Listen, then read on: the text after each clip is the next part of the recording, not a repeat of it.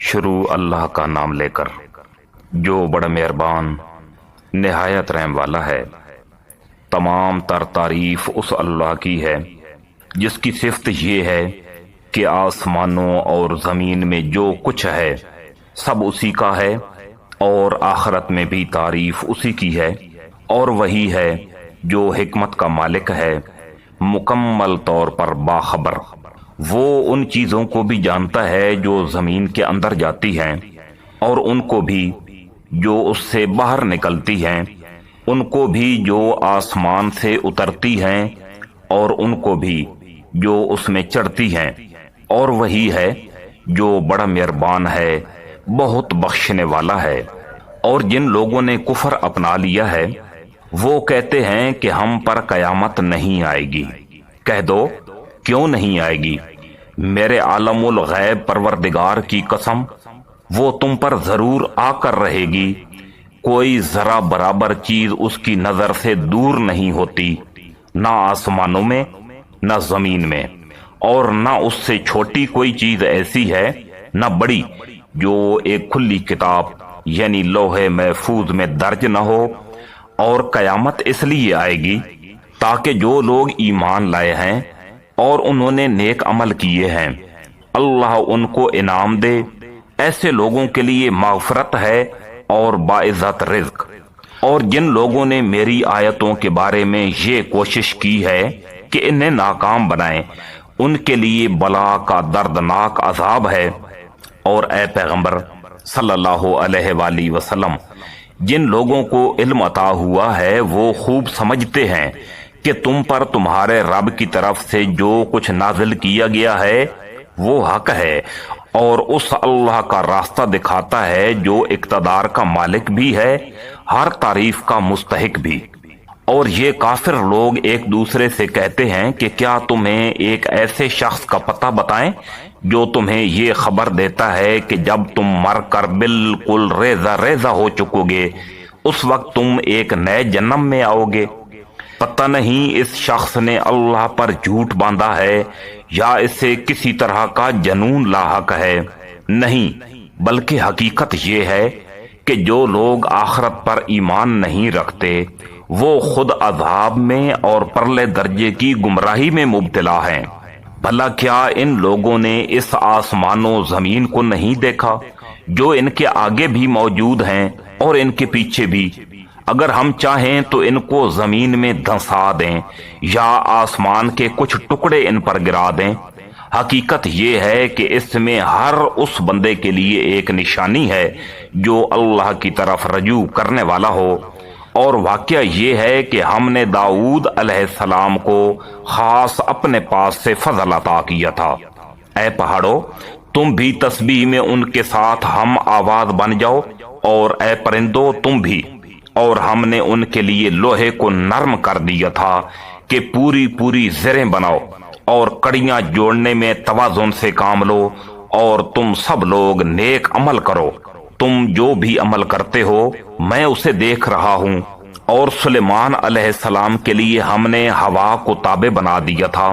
اس کا صبح کا سفر بھی 1 مہینے کی مسافت کا ہوتا تھا، اور شام کا سفر بھی 1 مہینے کی مسافت کا۔ اور ہم نے ان کے لیے تانبے کا چشمہ بہا دیا تھا،